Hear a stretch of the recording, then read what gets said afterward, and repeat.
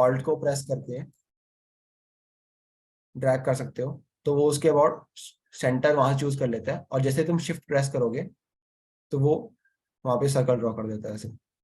Alt plus shift, okay, basic shortcut है। Alt for the centre and shift for the geometry radius. इसे कुछ पूछना हो?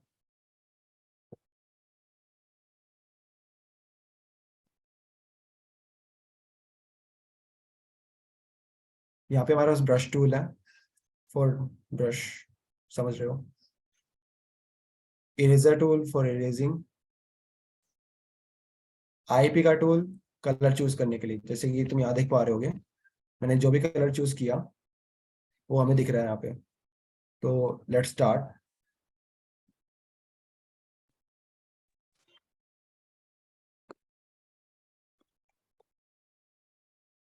First of all हम इसके हेयर ड्रॉ करेंगे।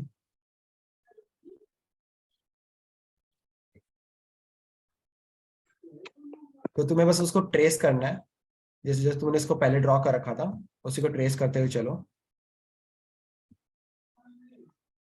इससे तुम्हें वो बेसिक शेप मिल जाएगी जो तुम चाहते हो।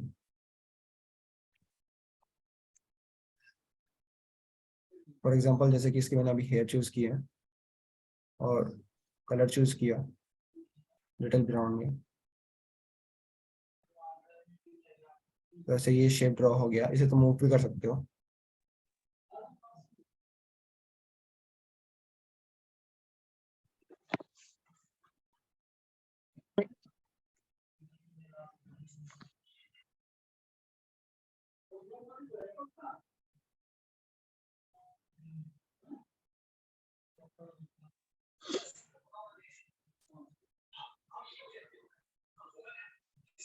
तो तुम्हें इसके अंदर ऐसे ड्रॉ करना होता है। ये मैंने पेन टूल का यूज करके दिखाया अभी कि कैसे मैंने पेन टूल का यूज करके इसकी हेयर ड्रॉ की है।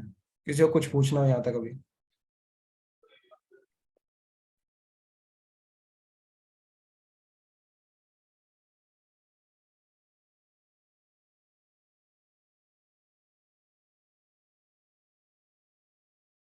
किसी को कोई भी डाउट?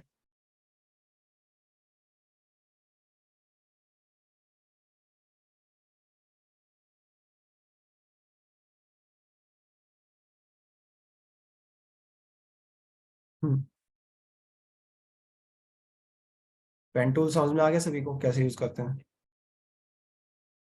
बिल्कुल पेन की तरह है, बस पॉइंट्स ड्रॉ करो और वहां पे कर्वेचर आ जाएगा। ये कर्वेचर टूल है, पेन टूल। ओके, नाउ इसका फेस ड्रॉ करते हैं। सर्कल लेते हैं और सर्कल यहाँ रख के हल्का सा स्किन टोन लिया। अब जैसे तुम देख रहे हो कि मैंने पहले वो ड्रॉ किया था, तो सबसे नीचे वो है, उसके ऊपर ये ड्रॉ हुआ और उसके ऊपर ये ड्रॉ हुआ। तो जैसे ही तुम लेयर्स में जाके देखोगे,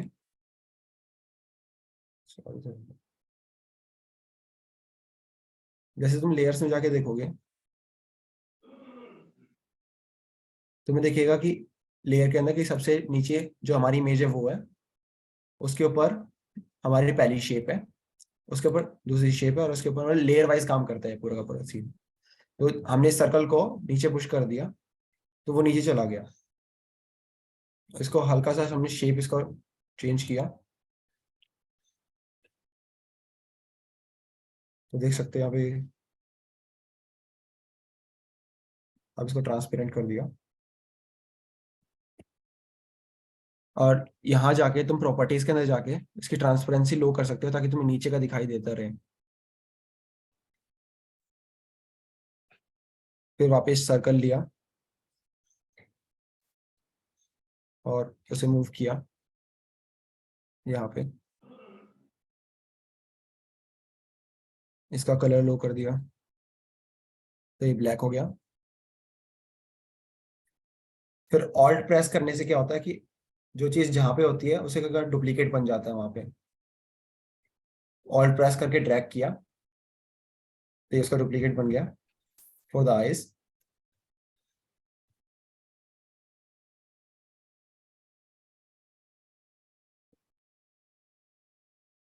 किसी को कोई भी दिक्कत आ रही हो शॉर्टकट्स वगैरह के अंदर तो पूछ सकता है।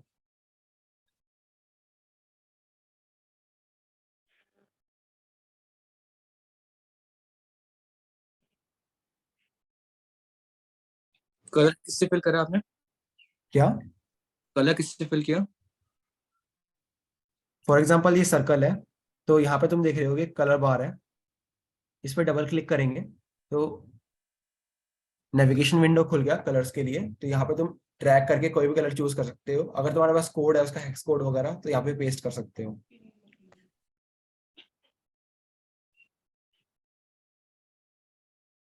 ओके, कुछ और पूछना?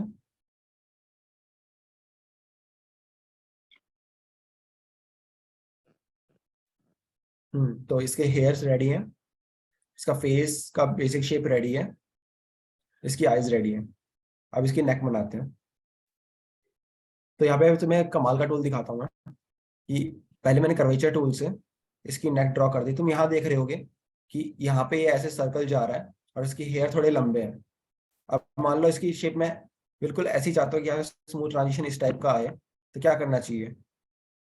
यहाँ पे बैठ के मैं ऐसे ड्रॉ करूंगा कि एक एक पॉइंट पे जाके वहां पे क्लिक कर रहा हूँ, तो उससे मेरा काफी टाइम वेस्ट होगा उसे परफेक्ट शेप में लाने के लिए। तो मैं क्या करूंगा कि यहाँ क्लिक किया और ऐसे शेप ले आया, ठीक है, जूम आउट किया। और तुम्हें एक टूल बताता हूँ कि कोई भी, अगर मान लो तुम कर्वेचर टूल यूज कर रहे हो, अगर तुम ऑल्ट प्रेस करके फिर क्लिक करोगे तो वहां पे शार्प पॉइंट बन जाता है। तुम देख रहे होगे कि उसके अबाउट मैं इंडिपेंडेंटली मूव कर पा रहा हूँ। अगर मान लो यहाँ पे मैं नॉर्मल क्लिक करता, अब फिर ऐसे मूव करता, तो जो मेरे पहले वाला कर्वेचर है वो भी मूव कर रहा है। तो उसके लिए हम ऑल्ट प्रेस करते हैं ताकि वो उसके कर्वेचर से इंडिपेंडेंट हो जाए। कि देखो जैसे मैंने वापस क्लिक किया तो पहले वाला कर्वेचर भी डिस्टर्ब हो गया। और यहीं पे मैं अगर ऑल्ट प्रेस करके क्लिक करता और मैं कहीं भी जाऊंगा तो वो पहले वाला कर्वेचर डिस्टर्ब नहीं हो रहा है।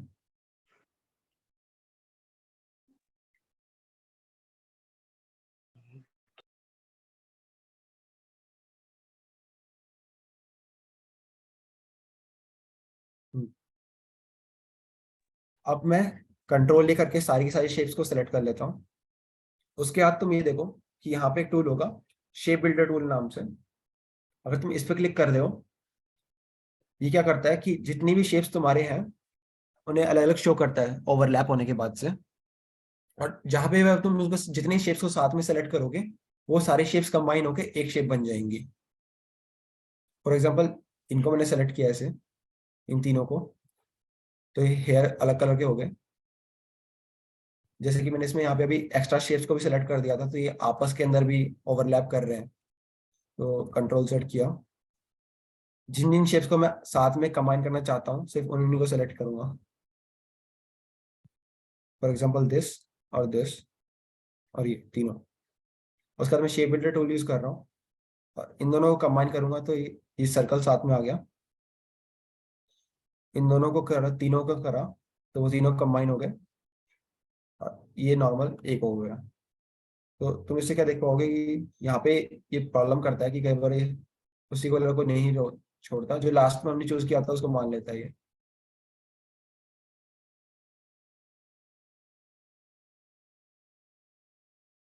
Wait a minute। ये जैसे देखो अब यहाँ पे क्या हुआ है, जो हमने लास्ट में क्रिएट किया था वो वापस ऊपर आ गया। तो उसको हम नीचे ले जाएंगे।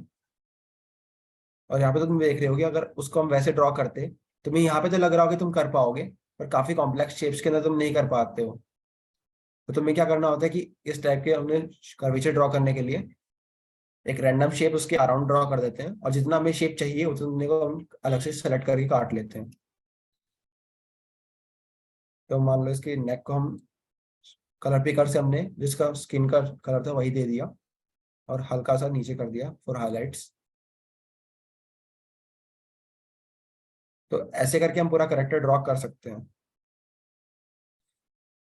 और तुम्हें क्या करना होता है कि एनिमेशन जब बना रहे होते हैं तो स्पेसिफिक पार्ट्स को हमें एक के अंदर रखना होता है।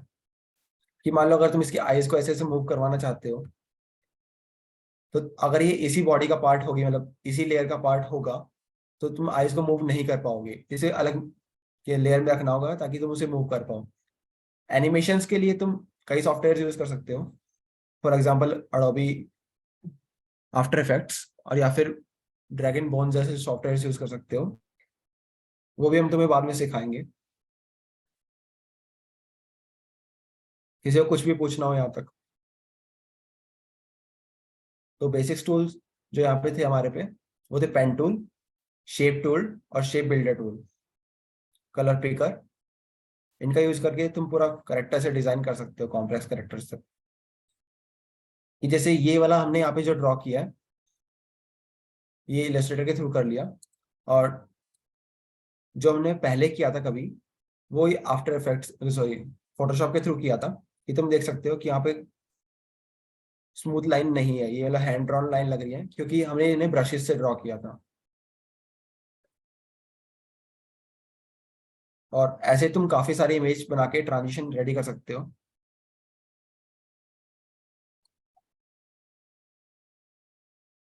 जैसे देखो कि अगर तुम फ्रेम बाय फ्रेम इसे ड्रॉ करोगे, जैसे फर्स्ट फ्रेम के लिए ड्रॉ किया, सेकंड फ्रेम, थर्ड फ्रेम, और इन सारी फ्रेम्स को अगर तुम सीक्वेंस में चलाओगे तो वो एक एनिमेशन की तरह लगेंगे कि वो बंदा जंप कर रहा है। तो ये होता है फ्रेम बाय फ्रेम ड्राइंग करके हम इसे कर सकते हैं। इसके एक एग्जांपल के लिए स्प्रेडशीट तुम यहाँ देख पा रहे होगे कि किसी ने दो इमेज को बस ऊपर नीचे करके रख दिया और उन्हें पीरियोडिक टाइम के अंदर चेंज कर रहा है, तो उससे वो एक एनिमेशन आ रहा है कि वो बंदा वहां खड़े खड़े हिल रहा है। और ऐसे पांच छह इमेजेस हमने ड्रॉ करके कंबाइन किया, तो तुम देख पा रहे हो कि ये रनिंग एनिमेशन आ गया। तो इस टाइप का तुम ड्रॉ कर सकते हो।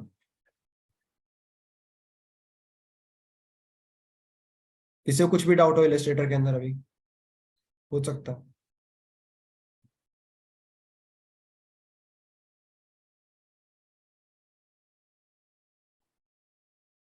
ओके, कोई डाउट नहीं है किसी को?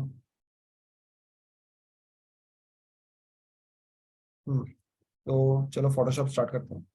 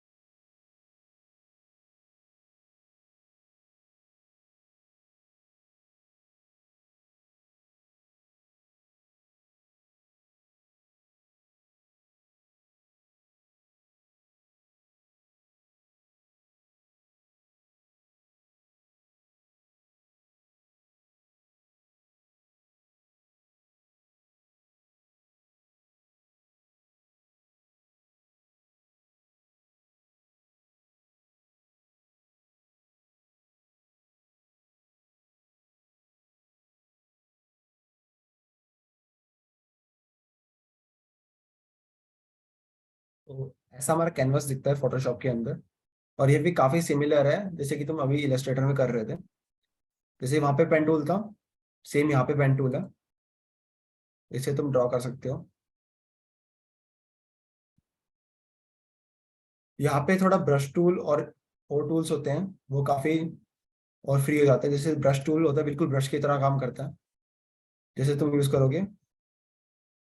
और ऐसे यहाँ पे देखोगे तो तुम यहाँ पे अपना साइज भी कंट्रोल कर सकते हो ब्रश का। और हार्डनेस, हार्डनेस क्या होता है कि देखो मान लो कि मैंने ब्रश टूल को 0 हार्डनेस पे यूज किया, और यहाँ पे अगर इसमें फुल हार्डनेस पे यूज कर रहा हूँ तो डिफरेंस आ रहा होगा। उतना ही वो मतलब कम फैल रहा है। हार्ड का मतलब है कि वो वहां पे सेम स्पॉट पे उसको प्रेस कर दे रहा है सारे सारे पेंट को। इरेजर टूल, इरेज करने के लिए, इरेजर टूल को भी तुम यहाँ से कंट्रोल कर सकते हो कि उसकी डायरेक्शन क्या होनी चाहिए, उसकी हार्डनेस, इरेजर की शेप क्या होनी चाहिए। यहाँ पे अलग अलग टाइप की ब्रशेज होती है उनके लिए।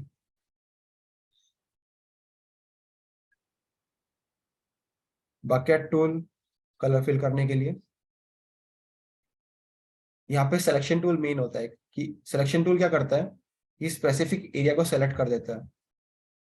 कि मान लो ये शेप था, सिलेक्शन टूल यूज किया मैंने, क्विक सिलेक्शन टूल, और मैं चाहता हूँ कि सर्कल वाला एरिया सेलेक्ट हो जाए। सेम पेज के ऊपर है अभी ये, और मैंने इसको सेलेक्ट कर लिया। जैसे देखो, जितना मैं चाहूंगा उतना ही सेलेक्ट कर पाऊंगा। अगर मैं ऑल्ट प्रेस कर रहा हूँ और फिर क्लिक कर रहा हूँ तो वो एरिया सब्ट्रैक्ट हो जा रहा है वहां से। सिलेक्शन टूल से क्या कर सकते हैं हम कि स्पेसिफिक एरिया को सेलेक्ट करके, अगर हम मान लो मैं ब्रश टूल यूज कर रहा हूँ किसी और कलर के साथ में, एक नई लेयर बना के, तो स्पेसिफिक एरिया जितना मैंने सेलेक्ट किया है, मेरा ब्रश सिर्फ वहां वहां वर्क करेगा।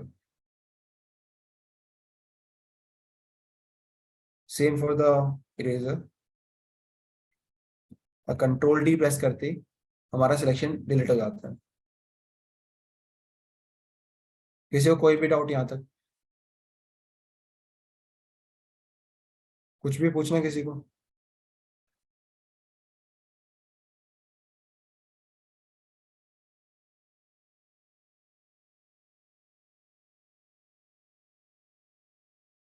कलर पिकर टूल बिल्कुल सेम है जैसे वहां पे था।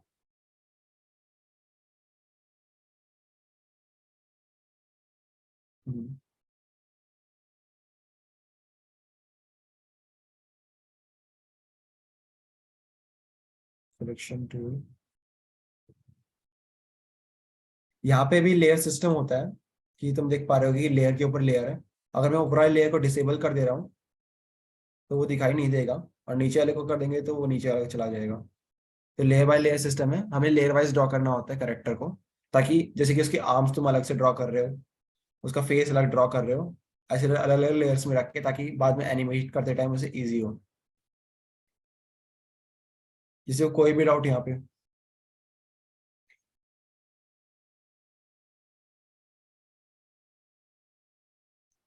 हम्म। तो ये थे फोटोशॉप और इलस्ट्रेटर। पुलकित यहाँ से कंटिन्यू करेगा ब्लेंडर के लिए।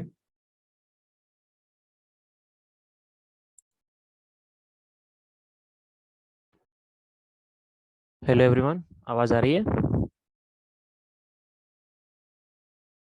हेलो। हाँ आ रही है। हाँ, सो मैं अब सबको ब्लेंडर को सिखाऊंगा थोड़ा सा कि बेसिक्स एकदम ब्लेंडर में क्या क्या होता है एंड उसमें क्या क्या हम कर सकते हैं, basic tools, interface and all, तुमको बस थोड़ा ब्रीफ देने के लिए। तो शुरू करते हैं। मैं जस्ट एक सेकंड स्क्रीन शेयर करता हूँ अपनी।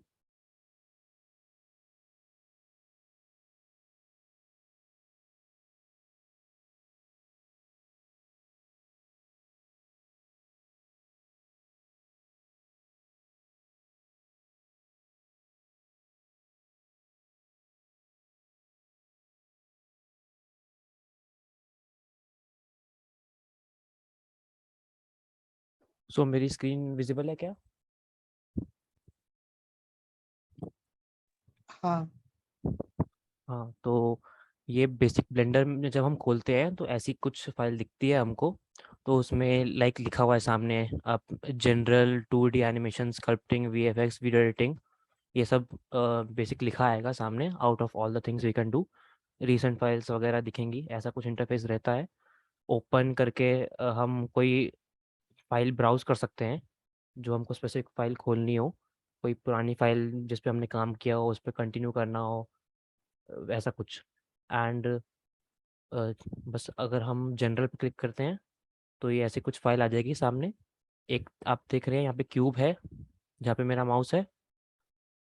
ये शेप है बेसिक। ऊपर किसी भी सॉफ्टवेयर में जैसे ऑप्शंस होते हैं, फाइल, एडिट, विंडो, हेल्प, ये सब ऑप्शंस दिखेंगे। एंड राइट में आप देख रहे हैं यहाँ पे XYZ कोऑर्डिनेट्स लिखे हुए हैं। एंड नीचे चार तरह के ऑप्शंस दिखेंगे।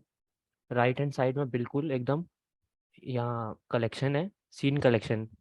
सीन कलेक्शन के अंदर हमारा जितना भी हमारे सामने ऑब्जेक्ट्स होंगे या फिर जो स्क्रीन के अंदर है, हमारी फाइल के अंदर है, वो सारे यहाँ पे दिखेंगे। एंड इनमें से हम कोई भी ऑब्जेक्ट सिलेक्ट कर सकते हैं। जैसे यहाँ पे already camera, cube and light है। हमने क्यूब सिलेक्ट किया, क्यूब यहाँ पे हाईलाइट हो जाएगा ऑरेंज बाउंड्री के साथ। फिर हम अगर कैमरा सेलेक्ट करते हैं, यहाँ पे कैमरा हमारा सिलेक्ट हो गया ऑरेंज बाउंड्री के साथ। वैसे हमने लाइट सेलेक्ट करी, ये लाइट सेलेक्ट हो जाएगी ऑरेंज बाउंड्री के साथ।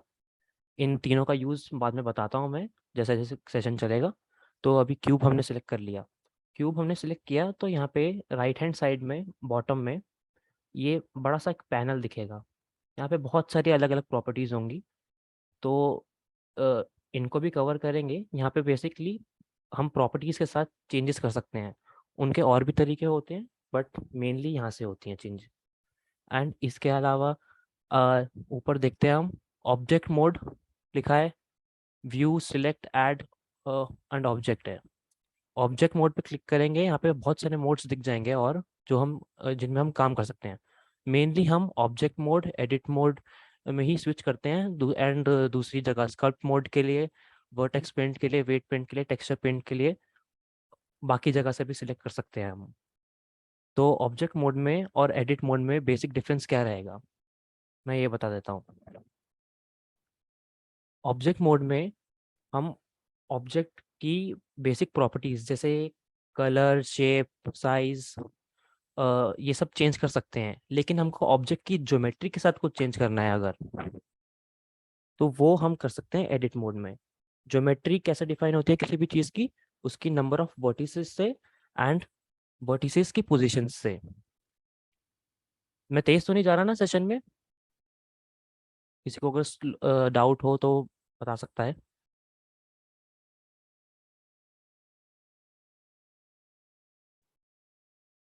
चलो मैं कंटिन्यू करता हूँ। जैसे ये ऑब्जेक्ट हो गया, इसके साथ हम कुछ भी चेंजेस करने हैं ज्योमेट्री के साथ, तो वो एडिट मोड में होगा। एंड एडिट मोड में जैसे ये सारी वर्टिसेस हाईलाइट हो गई इसकी, ये 1 2 3 4 5 6 7 8 पीछे है। एंड ऑब्जेक्ट मोड में हम उसके साथ बाकी चेंजेस कर सकते हैं। तो ब्लेंडर में हमको ये एक 3D मॉडल है, ये सामने जो दिख रहा है ना क्यूब है। अब इसमें हम इसको चारों तरफ से देखना चाहें तो वो कैसे दिखेंगे? दो तरीके हैं। अगर आपके पास एक्सटर्नल माउस है तो आप उसमें अपना स्क्रॉल बटन दबा के अंदर की तरफ अ, ऐसे मूव कर सकते हैं, उसको दबा के माउस हिलाना, एंड उससे ये पूरी स्क्रीन मूव होगी। दूसरा तरीका क्या है, अगर आपके पास एक्सटर्नल माउस नहीं है तो आप यहाँ पे ये जो सर्कल है XYZ जिसमें लिखा हुआ है, उसके ऊपर क्लिक करेंगे, उसके बाद माउस हिलाएंगे तो भी सेम पर्पस हो जाएगा। अगर आपको स्क्रीन में लेफ्ट या राइट मूव करना है तो शिफ्ट दबा के एंड स्क्रॉल बटन दबा के हम मूव कर सकते हैं। लाइक शिफ्ट हमने प्रेस किया एंड स्क्रॉल बटन दबाया तो इसमें लेफ्ट राइट मूव हो गया। यही काम अगर हमारे पास एक्सटर्नल माउस नहीं है तो हम ये बटन यूज़ करके, मूव द व्यू जिसके ऊपर लिखा हुआ है, हम ये सेम काम कर सकते हैं। एक सेकेंड। हाँ, एंड इसमें मैंने zoom in and zoom out करना है अगर खाली, तो स्क्रॉल बटन को ऊपर नीचे मूव करके ऐसे जूम इन जूम आउट हो जाएगा। यही अगर हमारे पास माउस नहीं है तो zoom in and out of the view वाला ये जो दिख रहा है सर्कल, इसके ऊपर क्लिक करके ऊपर नीचे करके भी हम कर सकते हैं। माउस को ऊपर नीचे मूव करना है, कर्सर को। बाकी ये कैमरा व्यू होता है एंड इसके ऊपर लिखा भी हुआ है शॉर्टकट नमपैड 0। ऐसे ब्लेंडर में बहुत सारे शॉर्टकट्स होते हैं हर एक चीज़ के लिए। वो जैसे जैसे हम यूज़ करते हैं कुछ कुछ शॉर्टकट्स हैंडी हो जाते हैं। तो जैसे ये टॉगल द कैमरा व्यू है। अब कैमरा हमने जैसे पहले बात करी थी कि कलेक्शन के अंदर कैमरा, क्यूब, लाइट है पहले से डल के आ रहे हैं। तो कैमरा पे हमने क्लिक किया तो ये कैमरा क्या दिखेगा व्यू, मतलब ऐसा कुछ, ये कैमरा की स्क्रीन है, ये कैमरा को क्या दिखेगा वो ये बताता है कैमरा व्यू। तो जैसे मैं इसके ऊपर क्लिक करता हूँ तो कैमरा को ये चीज़ दिख रही है, स्क्रीन दिख रही है, वो बाहर का व्यू काट देगा। एंड ऐसे ही हमको अगर नॉर्मल हर जगह से देखना है, सिर्फ एक पर्सपेक्टिव से नहीं देखना है, तो हम इसको हिला के अपने हिसाब से ओरिएंटेशन एडजस्ट करके देख सकते हैं। अब बेसिक कुछ टूल समझा देता हूँ मैं। जैसे ये मूव टूल है, अगर मेरे को इस ऑब्जेक्ट को मूव करना है एक्स वाई जेड प्लेन में कहीं पे भी, तो मैं इसके थ्रू कर सकता हूँ। अगर मैं सेंटर पे क्लिक करता हूँ मूव टूल सेलेक्ट करने के बाद, तो ये पूरी ओरिएंटेशन में 3D ओरिएंटेशन कहीं पे भी मूव हो जाएगा। इसके अलावा अगर मुझे किसी स्पेसिफिक प्लेन में मूव करना है, तो मैं इन एरोस पे सिलेक्ट करूँगा एंड किसी एक्सिस में मूव कर दूंगा स्पेसिफिक। सिमिलरली जेड में भी एंड सिमिलरली वाई में भी, ठीक। एंड अगर मेरे को किसी भी यही काम अगर मैंने शॉर्टकट कीज के साथ करना है, तो वो भी मैं कर सकता हूँ। शॉर्टकट्स मैं बता दूंगा सारे बाद में। पहले फंक्शंस देख लेते हैं। अब रोटेट है, रोटेट में भी सिमिलर काम होता है। एक्सिस के अबाउट ये है, रेड में जैसे है ये इस एक्सिस के अबाउट चेंज हो गया, एक्स एक्सिस के अबाउट रोटेट कर रहा है। ग्रीन में वाई एक्सिस के अबाउट रोटेट कर रहा है एंड ब्लू में जेड एक्सिस के अबाउट रोटेट करेगा। सिमिलरली अगर अब मुझे इसको इसका साइज चेंज करना है या फिर तो उसके लिए मैं जैसे एक एस होती है शॉर्टकट की, एस किया, इसको माउस को मूव किया तो ये बड़ा या छोटा हो जा रहा है। एंड अगर मान लो मुझे किसी स्पेसिफिक एक्सिस में इसको अ, मतलब रीसाइज करना है, तो मैंने एस दबाया एंड मान लो मेरे को एक्स एक्सिस में इसको रीसाइज करना है, तो मैंने एक्स पे क्लिक किया एंड एक्स एक्सिस में ही रीसाइज हो रहा है, छोटा बड़ा कर सकते हैं। सिमिलरली वाई एक्सिस में अगर मेरे को करना है, तो वाई एक्सिस में ऐसे कर लिया। जेड में करना है तो जेड एक्सिस में जेड दबा के एस दबाने के बाद मैंने इसको रिसाइज कर लिया। तो ये बेसिक चीज़ें हो जाती हैं। अब मान लो मेरे को कोई और ज्योमेट्री चाहिए, मेरे को क्यूब के साथ, क्यूबॉइड के साथ काम नहीं करना है, तो मैं इस पे डिलीट दबा दूंगा या एक्स दबा दूंगा की, एंड ये ऑब्जेक्ट डिलीट हो जाएगा। यही काम हम कर सकते हैं कलेक्शन में जाके राइट क्लिक करके डिलीट करके। अब मुझे अगर इसमें न्यू ऑब्जेक्ट डालना है, तो दो तरीके होते हैं। एक तो आप शिफ्ट प्लस ए शॉर्टकट की होती है, इसके अंदर ऐड होता है मेश। मेश के अंदर बहुत सारे आप ऑब्जेक्ट्स देख लेंगे, plane, cube, circle, UV sphere, icosphere, cylinder, cone, torus. तो अब हम एक बार यूवी स्फीयर डाल के देख लेते हैं। यूवी स्फीयर आपको दिख रहा है, ये बस नॉर्मल स्फीयर है, बस इसका नाम यूवी स्फीयर है। तो इसके साथ भी काम करके देख लेते हैं। इसको हमने कहाँ से ऐड किया आपने? कहाँ से ऐड किया? हाँ, मैंने शिफ्ट प्लस ए शॉर्टकट की से ऐड किया। बाकी आप ऐड पे जाके भी ऊपर व्यू सिलेक्ट ऐड ऑब्जेक्ट दिख रहा है ना, ऐड पे जाके मेश में जाके ये ऐड कर सकते हैं, ये सारे ऑब्जेक्ट्स है, ठीक। तो और भी किसी को डाउट है तो बोल दो।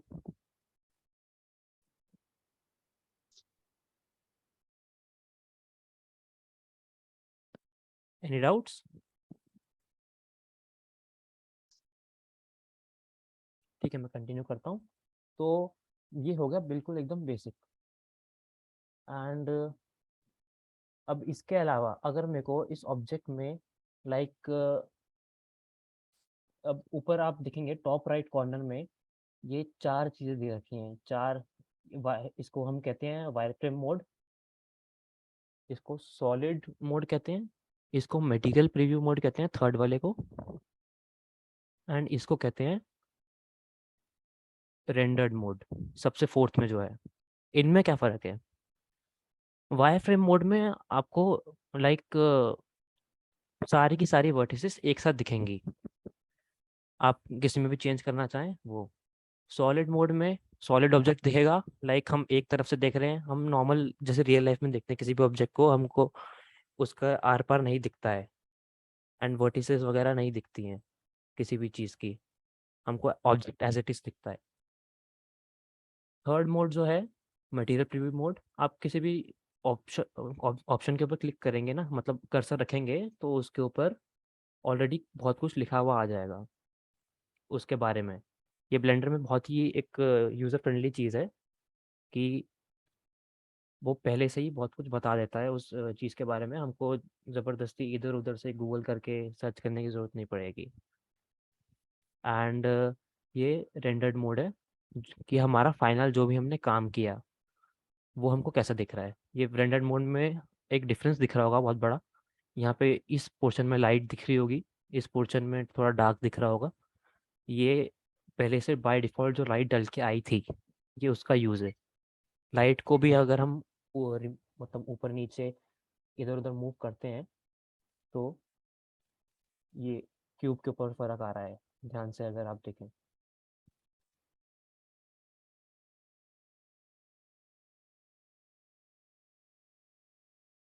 अब अगर हमको इसमें कलर चेंज करना है इस ऑब्जेक्ट का तो हम कैसे करेंगे?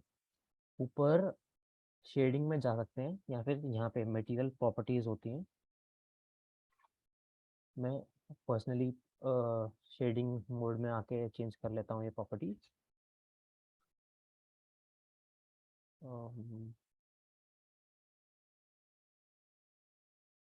ऑब्जेक्ट पे क्लिक किया एंड देन यहाँ से कर लेता हूँ राइट से, यहाँ से चेंज करना ठीक है। Just a second. हाँ, अब आप top right sorry bottom right में देखेंगे तो यहाँ पे बहुत सारी प्रॉपर्टीज़ हैं। ये मटेरियल प्रॉपर्टीज़ एक ग्लोब जैसा कुछ है, मटेरियल प्रॉपर्टीज़ करके टैब है प्रॉपर्टीज़ विंडो में। तो वहाँ पे बेस कलर जैसे है, ये इससे हम कलर चेंज कर सकते हैं ऑब्जेक्ट का। इसको कहीं पे भी कर दो नेविगेट, मान लो मैंने थोड़ा सा रेड सा कलर कर दिया। देन बहुत सारी सब प्रॉपर्टीज़ होती हैं इनमें, बहुत शायद ही सबके नाम आपने सुने हो। तो जैसे एक मेटालिक है, मेटालिक प्रॉपर्टी होती है, केमिस्ट्री में पढ़ा होगा कि कितना मेटालिक नेचर है उस ऑब्जेक्ट का। अब हमको एक 3D ऑब्जेक्ट के लिए मेटालिकनेस चाहिए कि मेटल बॉल चाहिए हमको, तो हम मेटालिकनेस बढ़ा देंगे, ये थोड़ा ऐसे दिखने लग जाएगा शाइनी सा। इसकी रफनेस, ऑब्जेक्ट कितना रफ है, अगर एक स्मूथ सरफेस चाहिए हमको तो अब रफनेस 0 कर देंगे नियरली। इसमें फ़र्क इतना पता नहीं चला बट हाँ। एंड हाँ, एक वो चाहिए हार्ड सरफेस चाहिए तो रफनेस बढ़ा देंगे। ये बिल्कुल एकदम रफ सी लुक आ रही है, कम लाइट रिफ्लेक्ट कर रहा है, मतलब एक वुड जैसा टेक्सचर है। वुड बहुत रफ होता है। और एक मिरर है, मिरर बहुत ज़्यादा प्लेन होता है, अ- मतलब शाइन सी देगा रफनेस कम ज़्यादा करने पे, वही चीज़ है। एंड ट्रांसमिशन से लाइट आर पार कितनी जा रही है उस ऑब्जेक्ट के, वो डिफाइन होती है। एंड एमिशन से, एमिशन यहाँ पे देख रहे हैं हम उस ऑब्जेक्ट में, सन है, सन लाइट एमिट करता है अपने अंदर से, उसकी खुद की लाइट होती है। मून है, मून रिफ्लेक्ट करता है लाइट। तो उस तरह की अगर प्रॉपर्टी हमको चेंज करनी है तो हम वो इस चीज़ से बता सकते हैं। बाकी बेसिकली और बेसिक चीज़ें जो ब्लेंडर की हैं, इसमें क्या क्या ऑप्शंस मिलते हैं। अगर हमारा पीसी स्लो चल रहा है, लाइक उसको रेंडर नहीं कर पा, रेंडरिंग का मतलब क्या है? रेंडरिंग मीन्स जो एक ग्राफिकल चीज़ दिख रही है आपको सामने आपकी स्क्रीन पे, अगर नॉर्मल लेमैन लैंग्वेज में समझाई जाए, उसको प्रोसेस कैसे करता है हमारा कंप्यूटर, दैट्स कॉल्ड रेंडरिंग। तो हमारा सीपीयू और जीपीयू दोनों ही ये काम करता है रेंडरिंग का, ग्राफिकल प्रोसेसिंग का।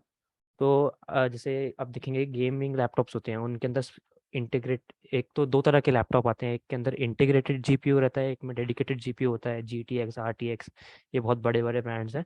तो अगर आपके पास है आपके कंप्यूटर में जीपीयू, तो आप उसका भी इसमें भरपूर इस्तेमाल कर सकते हैं। जैसे एडिट में जाइए, प्रेफरेंसेस, यहाँ पे सिस्टम में, यहाँ पे बहुत सारे ऑप्शन दिखेंगे, तो यहाँ पे सिस्टम में जाना है।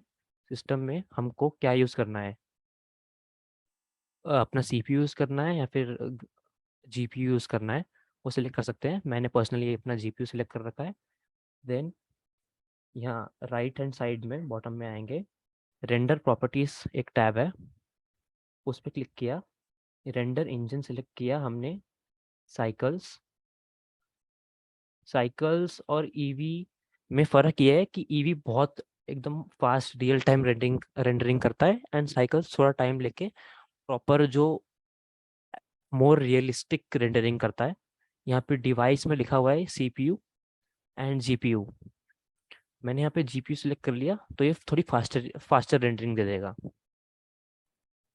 एंड अब एक ऑब्जेक्ट बना कर दिखा देते हैं इसका रियल, लाइक ऑब्जेक्ट मेकिंग में, कैरेक्टर मेकिंग में, या फिर कोई और एलिमेंट हमको बनाना है गेम में, उसका यूज़ कैसे होगा वो आगे हर्षित कवर करेंगे। तो मैं स्टॉप करता हूँ स्क्रीन शेयर, देन हर्षित एक ऑब्जेक्ट बना कर दिखा देगा। ओके, सो हेलो, एक बार पे कंफर्म कर दो, आवाज़ आ रही है ना? यस, ओके, सही है। तो हाँ, मैं एक बार स्क्रीन शेयर कर देता हूँ। स्क्रीन दिख रही है ना मेरी?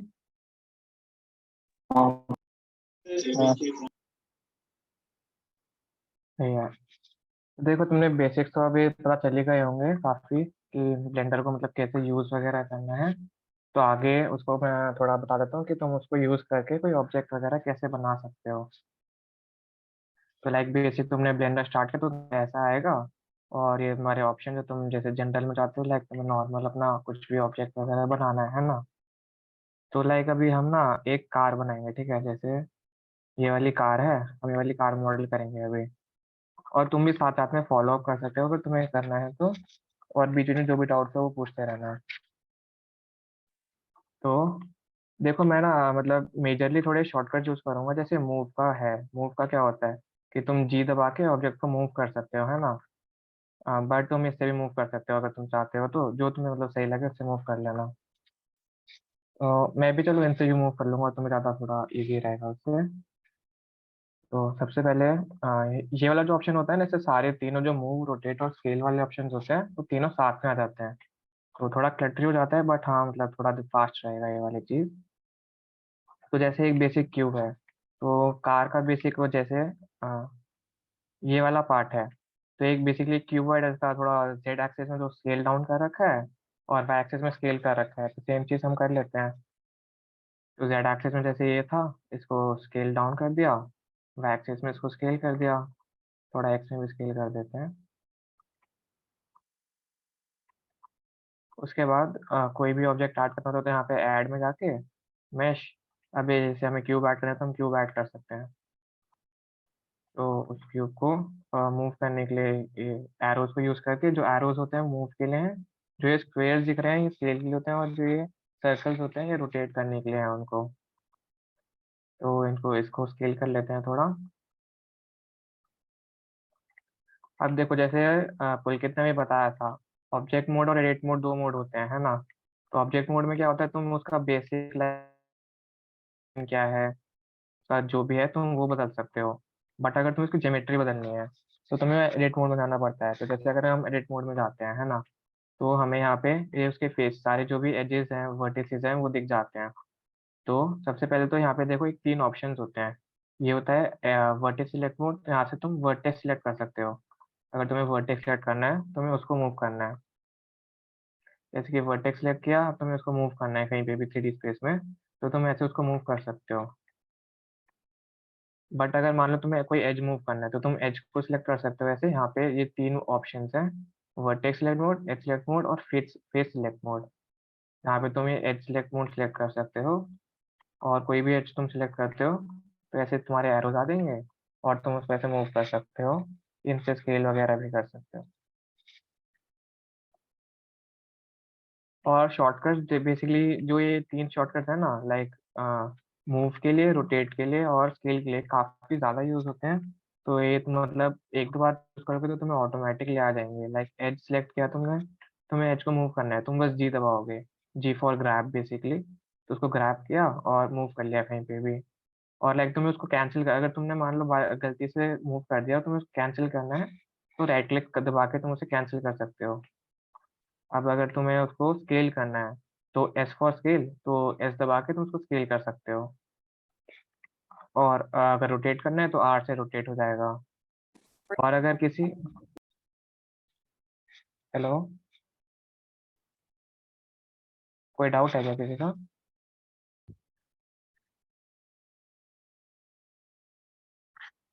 कोई डाउट हो तो पूछ सकते हो बीच में रोक के। ओके, तो मैं कंटिन्यू करता हूँ। तो स्केल करना है और किसी एक्सेस पे कंस्ट्रेंट करना है, तो जैसे पुलकित ने बताया था अभी, तो लाइक तुम्हें अगर इसको मूव करना है अलॉन्ग खाली एक्स एक्सिस मूव करना है, तो जी दबाओगे फिर एक्स दबाओगे तो वो खाली एक्स एक्सिस में मूव करेगा। तो ठीक है, बेसिक के शॉर्टकट से काफ़ी ज़्यादा यूज़ होते हैं, तो ये वाले तुम याद रख सकते हो। अब जैसे मैं फेस सिलेक्ट मोड में गया, अब ये वाला मैंने टॉप फेस सिलेक्ट किया, अब मुझे इसको स्केल करना है, तो मैं एस दबाऊंगा और वो स्केल हो जाएगा ऐसे। ठीक है, तो वो स्केल हो गया बेसिकली हमारा। अब वापस ऑब्जेक्ट मोड में आ जाते हैं। ऑब्जेक्ट मोड में आने का भी एक शॉर्टकट रहता है, लाइक तुम यहाँ से भी आ सकते हो ऑब्जेक्ट मोड में वापस, बट क्योंकि ऑब्जेक्ट मोड और एडिट मोड काफ़ी ज़्यादा यूज़ होते हैं, तो तुम उसको टैब दबा के काफ़ी इजीली फास्ट स्विच कर सकते हो। कैप्स लॉक के ऊपर जो तुम्हारा टैब की होता है उसको दबा के। तो ऑब्जेक्ट मोड में आ गए, तो इसको थोड़ा स्केल कर लेते हैं ऊपर वाले पार्ट को। अब देखो तुम्हें एक चीज़ बताता हूँ, लाइक जैसे एक ऑप्शन होता है इसमें एक्सट्रूड, लाइक ये तुम्हारा सरफेस है ना। अगर मान लो तुम्हें इसके ऊपर और ज्योमेट्री बनानी है, लाइक अभी तक हमने क्या किया था, हमारे पास ये कुछ प्री डिफाइंड वर्टिसेस थे पहले से जो थे क्यूब में 8 वर्टिसेस, हम उसको ही मूव करके कुछ कर रहे थे, है ना। अब मान लो तुम्हें और ज्योमेट्री चाहिए मूव करने के लिए, तो तुम क्या कर सकते हो, जैसे ये वाला एक ऑप्शन होता है एक्सट्रूड, तुम इसको सिलेक्ट कर सकते हो और वो तुम्हें और ज्योमेट्री दे देगा। वो बेसिकली उसके अलाउंग उसको एक्सट्रूड कर देगा, मतलब उसको और एक्सटेंड कर देगा काइंड ऑफ, तो तुम्हें और ज्योमेट्री मिल जाएगी। तो ऐसे ही एक ऑप्शन होता है लूप कट, ये वाला है लूप कट ऑप्शन। तुम इसमें बीच में ज्योमेट्री ला सकते हो, लाइक तुम्हें यहाँ पे मान लो बीच में एक वर्टेक्स चाहिए, तुम्हारे पास ये 2 वर्टेक्सेस हैं और तुम्हें उसके बीच में एक वर्टेक्स चाहिए एक और, तो तुम क्या कर सकते हो, ये लूप कट सिलेक्ट कर सकते हो और बेसिकली यहाँ पे क्लिक कर सकते हो। तो वहाँ पे एक लूप कट डाल दिया उसने, तो अब क्या हुआ कि यहाँ पे बहुत सारे देखो एक वर्टिसेस आ गए। तो उसने वहाँ मतलब ऐसा मान लो कि बेसिकली जो ये वाला पूरा क्यूब था उसको बीच में से काट दिया और वहाँ पे उतने सारे वर्टिसेस बना दिए। तो तुम्हारे पास ये इतने सारे और वर्टिसेस हैं। ठीक है, अब अगर तुम्हें जैसे मान लो ये वाले फेस को एक्सट्रूड करना है, पहले फेस सिलेक्ट मोड में चले जाते हैं। फेस सिलेक्ट मोड यहाँ से जा सकते हो तुम। फिर तुमने फेस सिलेक्ट किया, शिफ्ट दबा के तुम मल्टीपल फेसेस सिलेक्ट कर सकते हो। और अगर अब तुम्हें मान लो इनके मतलब काइंड ऑफ फेस को थोड़ा छोटा करना है, लाइक फेसेस के अंदर और फेस बनाने हैं, तो उसके लिए एक ऑप्शन होता है, पहले वो बता देता हूँ। लाइक जैसे ये वाला फेस सिलेक्ट किया मैंने खाली, अब मान लो मुझे इसके अंदर ही एक और ऑप्शन बनाना है, तो ये वाला एक ऑप्शन है इंसेट फेसिंग। तो जैसे एक्सट्रूड था, एक्सट्रूड क्या कर रहा था, उसको बाहर की तरफ ज्योमेट्री को बना रहा था। अब मान लो इस फेस के अंदर ही तुम्हें और ज्योमेट्री चाहिए इसके अंदर, तो तुम क्या करोगे, ये वाला इंसेक्ट ऑप्शन सिलेक्ट करोगे और उसको ऐसे करोगे तो ये ज्योमेट्री उसके फेस के अंदर ही इंसेट कर देगा। तो जैसे ये फेस है, तुम देख सकते हो, मैं इसको मूव करके दिखा रहा हूँ तो उसी प्लेन में है एकदम, और उसके अंदर उसने 4 वर्टिस और बना दिए।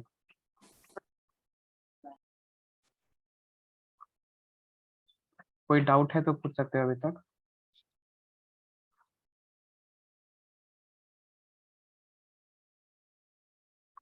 तो मैं एज्यूम कर रहा हूँ कोई डाउट नहीं है। तो आप जैसे अगर हमें विंडोज बनानी है ना, तो हमें सारी फेस सिलेक्ट कर सकते हैं शिफ्ट की दबा के। उसके बाद बेसिकली इंसेट वाला ऑप्शन सिलेक्ट करके उनको इंसेट कर सकते हैं। अब बेसिकली यहाँ पे तुम्हें ऊपर दिख रहा होगा इंडिविजुअल ऑफ है, तो वो बेसिकली मतलब क्या कर रहा है कि वो ना, जैसे एक सेकंड में कंट्रोल सेट करता हूँ। तो जैसे 2 फेस हैं, तो वो क्या कर रहा है, इन 2 फेस को कनेक्टेड मान के फिर उन्हें इंसेट कर रहा है, जैसे इसमें तुम्हें क्लियरली दिखेगा। तो अगर हमें मान लो इंडिविजुअल फेस को इंसेट करना है ना, तो एक तो तुम क्या कर सकते हो कि पहले एक फेस सिलेक्ट किया, उसको इंसेट किया ऐसे करके, फिर दूसरा सिलेक्ट किया, उसे इंसेट किया। बट ऐसे में क्या होता है कि वो थोड़ा मतलब इन दोनों का साइज हमारा वेरी कर सकता है। तो उसको सही करने के लिए तुम क्या कर सकते हो, इनको साथ में सिलेक्ट किया, अब इंसेक्ट किया, और बेसिकली ऊपर तुम्हें दिख रहा होगा, लाइक ऊपर ना काफी सारे ऑप्शंस आते हैं, जैसे आउटसेट है एक, ऊपर जैसे एक इंडिविजुअल होगा, तो जैसे इंडिविजुअल के आगे आई बना हुआ है, तो आई दबाओगे तो बेसिकली इंडिविजुअल फिजिक्स को इंसेट करेगा। तो ऐसे तुम इंडिविजुअल फिजिक्स को इंसेट कर सकते हो। वो सारे इंडिविजुअल फिजिक्स को इंसेट कर लेते हैं एक बार।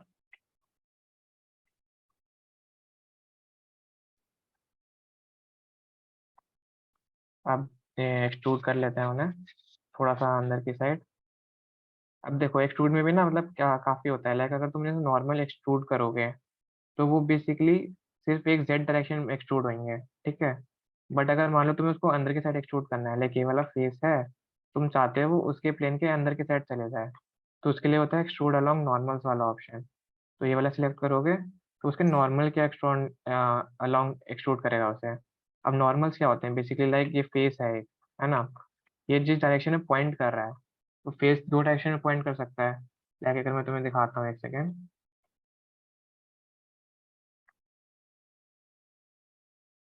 हर एक फेस का एक ओरिएंटेशन होता है, जैसे ये वाला एक फेस है,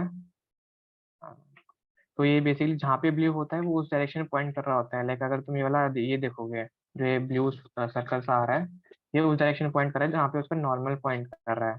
तो अगर मैं इसके अंदर जाता हूँ ऑब्जेक्ट के, तो देखो ये अंदर से रेड है, तो ये बेसिकली उसका अपोजिट है नॉर्मल का। तो दो फेस साइड होते हैं ना एक फेस, हर एक फेस के, तो उस साइड पॉइंट करता है जहाँ पे उसका नॉर्मल होता है। तो जैसे इसका नॉर्मल इस डायरेक्शन में है, तो तुम्हें उस डायरेक्शन में एक्सट्रूड करना है, तो तुम उस डायरेक्शन में उसको एक्सट्रूड कर सकते हो। तो थोड़ा सा अंदर की तरफ एक्सट्रूड कर देते हैं।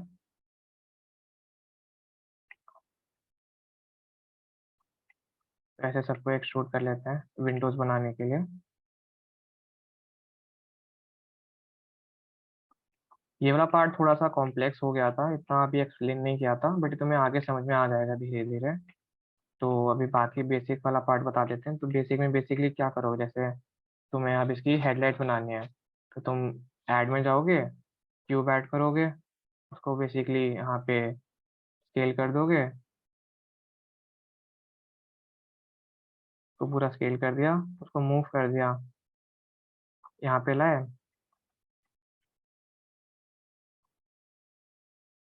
उसको स्केल किया,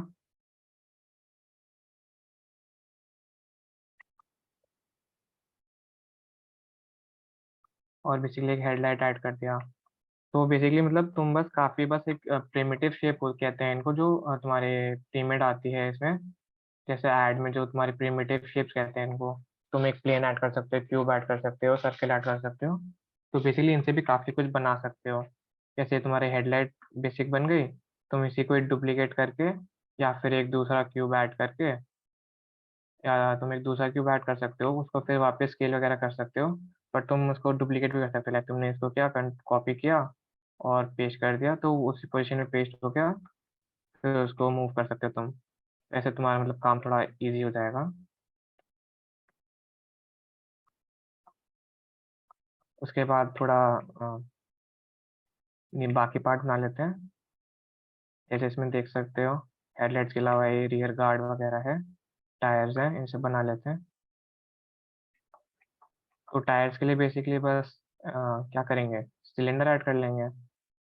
सिलेंडर ऐड किया, उसको रोटेट कर सकते हैं हम सबसे पहले। तो उसको रोटेट करने के लिए आर की दबाया। अब हमें किस एक्सिस के अबाउट रोटेट करना है, हम चाहते हैं कि वो ऐसा हो जाए, तो वो वाई एक्सिस है, तो वाई एक्सिस के अलोंग कंट्रेट कर दिया, और उसे 90 डिग्री रोटेट कर दिया। तो बेसिकली ये एक और टिप है, लाइक जब भी तुम शॉर्टकट चूज करते हो ना, तो लाइक तुमने इसको रोटेट करना है, तुमने आर की दबाया, अब तुम इसको वाई जेड एक्सिस के अबाउट मान लो रोटेट कर रहे हो, ठीक है। अब देखो अगर तुम टॉप लेफ्ट में देखोगे, तो वहाँ पे लिखा आ रहा है कि वो कितना डिग्री रोटेट हो रहा है। तो तुम उसको बेसिकली टाइप भी कर सकते हो, जैसे नंबर की से अपना टाइप किया कि 90 डिग्री रोटेट करना है, तो 90 डिग्री रोटेट हो जाएगा। तो वो काफ़ी हेल्प करता है। तो इसको फिर स्केल कर लेते हैं।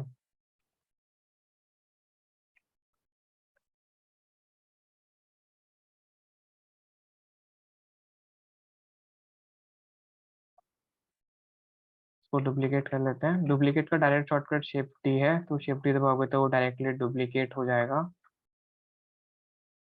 शॉर्टकट्स थोड़े से ओवरवेलमिंग हो सकते हैं, काफ़ी सारे शॉर्टकट्स हैं, बट उसका इतना टेंशन मत लेना, तुम सिंपल नॉर्मल प्रोसीजर फॉलो कर सकते हो। लाइक कॉपी पेस्ट के लिए कंट्रोल सी कंट्रोल भी होता है, तो उससे भी कर सकते हो।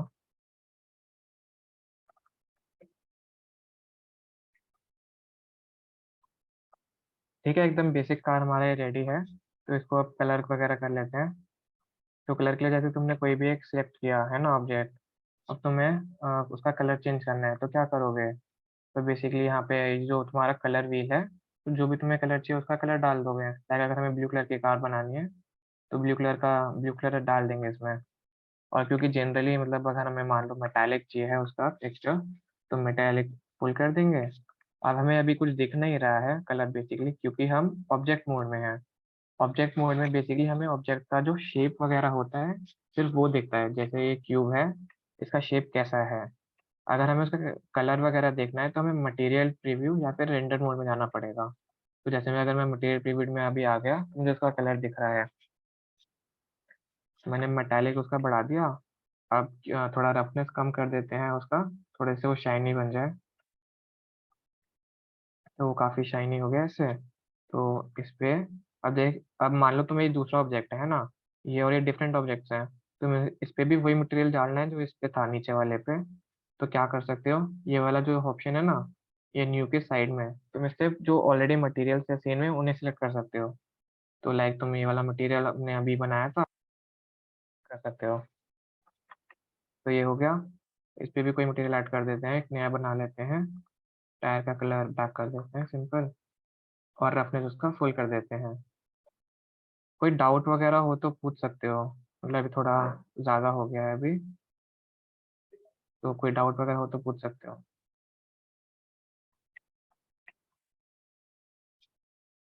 बाकी हेडलाइट्स का एक न्यू मटेरियल बना लेते हैं, येलो कलर वगैरह।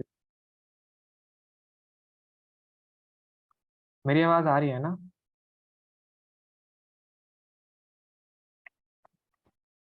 हाँ, हाँ आ रही है, आ रही है। ठीक है, सही है। तो ठीक है, ये तुम्हारा बेसिक कार बन गया है। तो ऐसे ही तुम काफ़ी जो ये प्रिमिटिव ऑब्जेक्ट्स हैं, इनको बेसिकली मूव वगैरह करके सीन में काफ़ी कुछ बना सकते हो।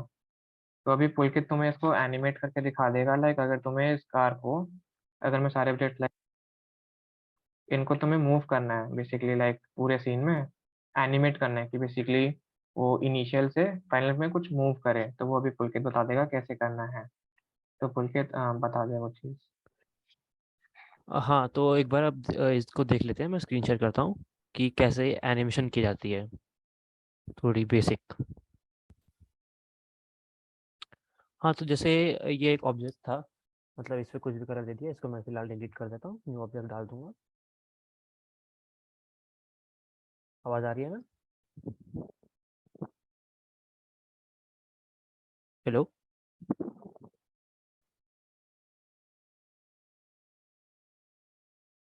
आवाज़ आ आ रही रही है? है, आ रही है, आ रही है, आवाज़ आ रही ठीक है। हाँ आ रही है। हाँ तो जैसे अब देखा होगा कि ये नीचे एक बहुत बड़ा सा बार है जिसके ऊपर बहुत सारे नंबर्स लिखे हुए हैं। मतलब तुम सोच रहे होगे ये क्या चीज़ है। ये बेसिकली फ्रेम्स हैं। अब एक एनिमेशन या फिर कोई मूवी वगैरह है, वो कैसे काम करती है? Movie is just a set of frames, still images जो चेंज होती रहती है। एंड एक बहुत ज़्यादा हाई रेट पे बहुत सारी इमेजेस हमारे आंखों के सामने फ्लैश करती हैं, तो हमको लगता है कि वो मूविंग है। एक वीडियो में जैसे स्टैंडर्डली 24 FPS या 30 FPS, FPS इज फ्रेम पर सेकेंड। आजकल तुम देखते होगे कि ये बहुत ज़्यादा हाई क्वालिटी की वीडियोस हैं, वो 60 FPS में भी आती हैं। जस्ट फ्रेम रेट्स होते हैं, जितने ज़्यादा फ्रेम उतनी ज़्यादा स्मूथ वीडियो। तो ये नीचे जितने भी हैं ये फ्रेम्स हैं। तो हम जैसे फ्रेम नंबर 0 पे आए, हमने अगर इसको एनिमेट करना है, इस ऑब्जेक्ट को, इसको ऑब्जेक्ट को हमको मूव करके दिखाना है। हम अगर सिंपली इसको मूव की से या फिर ग्रैब टूल से जी दबा के ऐसे मूव करते हैं कहीं पे भी, तो ये मूव होगा, लेकिन इसकी न्यू पोजीशन बन जाएगी वो। बट अगर हमको इसको एक ग्रेजुअली मूव करना है एंड उस पोजीशन में मूव करते हुए देखना है, तो हम इसको एनिमेट करेंगे यूजिंग की फ्रेम्स। नीचे जितने भी फ्रेम है ना, ये मतलब हमको की फ्रेम्स इसमें ऐड करने होते हैं किसी भी प्रॉपर्टी के। अब यहाँ पे हमको इसकी जो पोजीशन है 3D स्पेस में वो चेंज करनी है मूवमेंट के लिए। तो हम राइट क्लिक करेंगे इस पे, जस्ट अ सेकेंड, हाँ राइट क्लिक करेंगे, इंसर्ट की फ्रेम पे जाएंगे जिसकी शॉर्टकट की लिखी हुई है आई।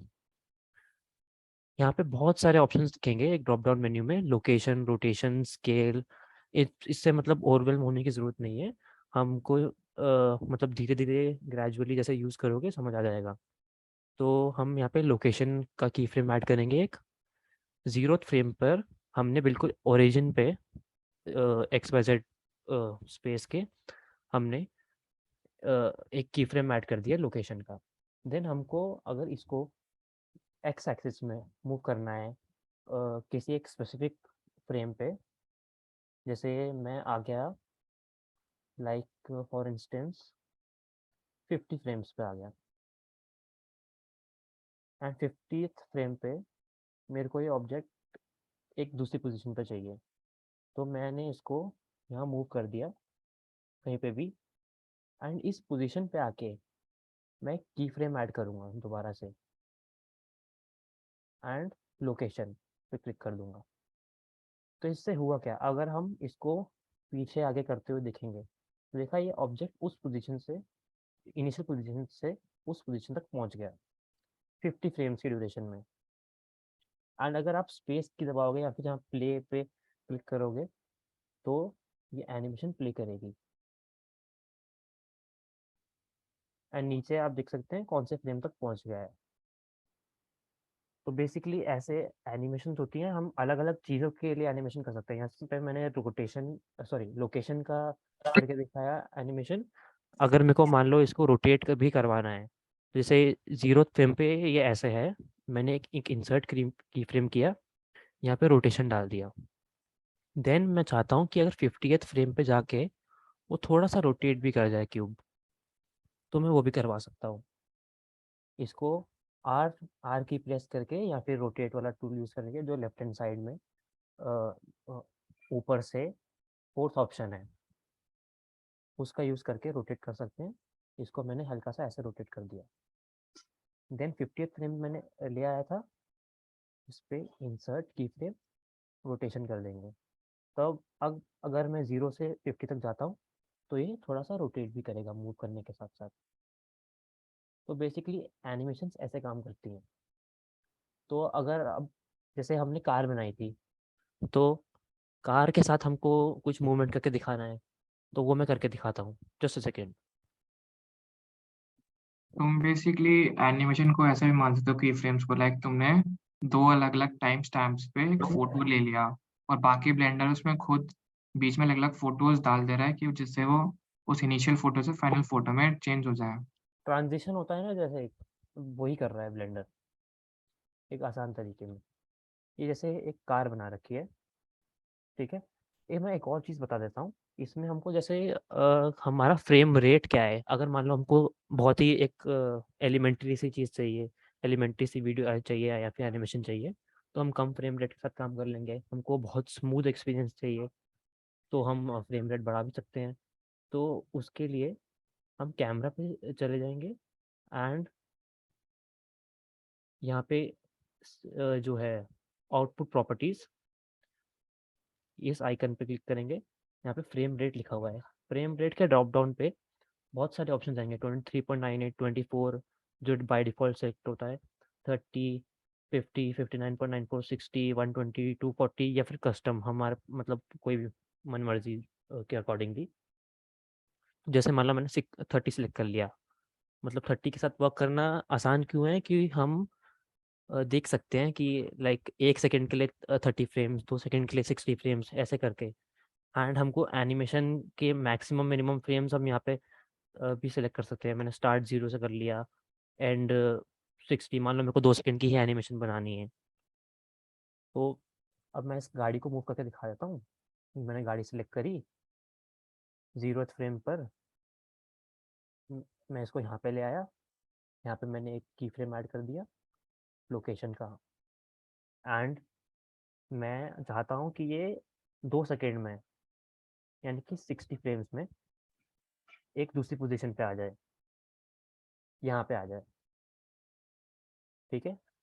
तो यहाँ पे आके मैं एक की फ्रेम ऐड कर दूंगा लोकेशन का, तो ये 60 फ्रेम्स में गाड़ी यहाँ से यहाँ आ जाएगी। ये अभी हमने प्ले किया है, ये अलग स्पीड पे प्ले होता है, तो लग नहीं रहा है कि इस 2 सेकंड में आई है, बट हाँ, बेसिकली ऐसा काम होगा।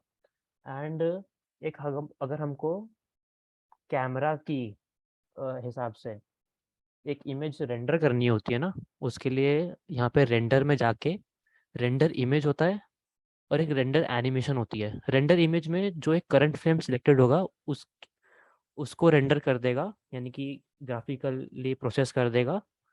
एंड रेंडर एनिमेशन में जितनी भी हमने एनिमेशन बनाई है, जैसे मैंने स्टार्ट 0 पे किया है, एंड 60 पे किया है, वो 60 फ्रेम्स को अलग अलग रेंडर करके उनको जोड़ के एक एनिमेशन बना देगा, एक वीडियो बना देगा। मैं एक रेंडर इमेज करके दिखा देता हूँ 30 फ्रेम्स पे, मतलब से टूवर्ड्स सेंटर। यहाँ पे मैं गया render, then render image. Image दिख रही है क्या कुछ?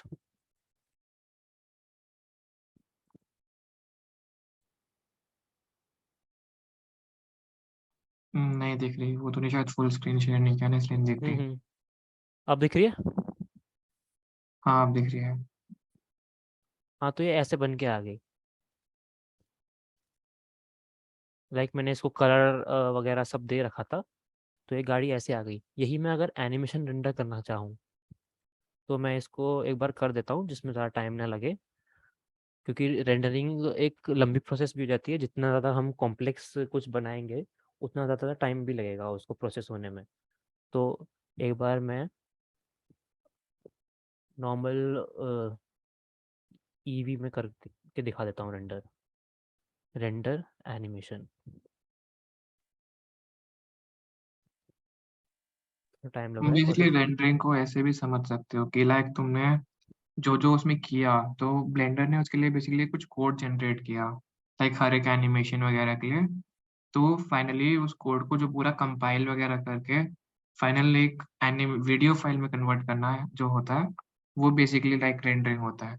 तो जो भी मटेरियल का कोड है, अभी तुमने लाइक एनिमेशन किया उसका जो कोड है, जो बेसिकली ऑब्जेक्ट है, लाइक जो ऑब्जेक्ट कैसे डिफाइन होता है वो उनके वर्टिसेस से, तो उन सबके कोड को कंपाइल करके जो बेसिकली फाइनल जो रिजल्ट आता है, वो बेसिकली रेंडरिंग होता है।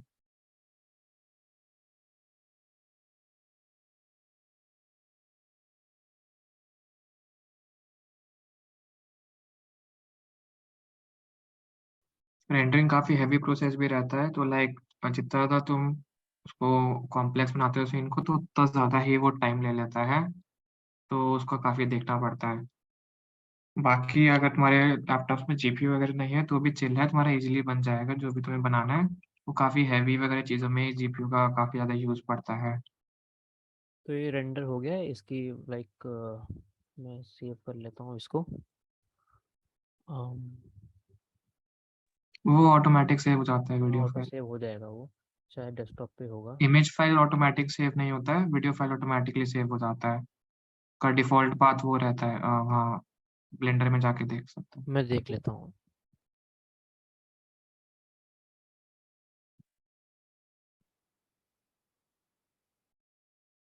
तो अब तक किसी को भी कोई डाउट्स हैं तो बता दो।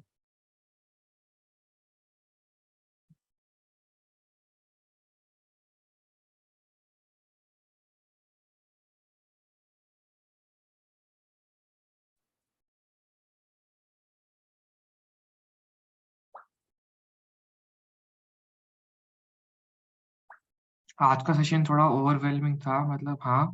तो ये तुम्हें बेसिकली ट्यूटोरियल्स वगैरह देखने पड़ेंगे उसको अच्छे से समझने के लिए, और एक बार खुद से ट्राई कर लेना ये बेसिक चीज़ें, तो तुम्हें वो काफ़ी क्लैरिटी आ जाएगा उस चीज़ में। अभी लाइक तुम इसे छोड़ दोगे तो तुम सब भूल जाओगे, और लाइक समझ नहीं आएगा कि क्या है एकदम बिल्कुल भी। हाँ, एक बार जो भी चीज़ें बताई हैं वो सारे टूल्स को एक बार एक्सप्लोर करके देख लेना। कोई न्यू चीज़ देखना चाहते हो वो भी ट्राई करके देख लेना। बहुत सारे ऑप्शंस रहेंगे, बस उनसे डरना नहीं है।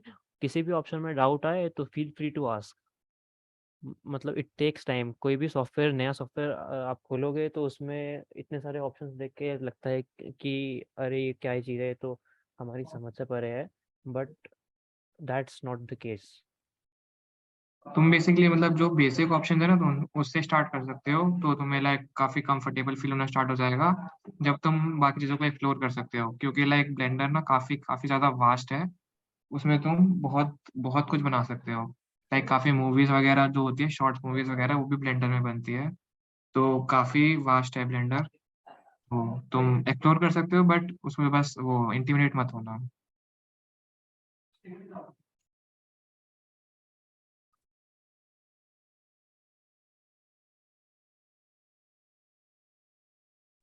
तो कुछ डाउट वगैरह हो तो पूछ लो, जो भी डाउट हो।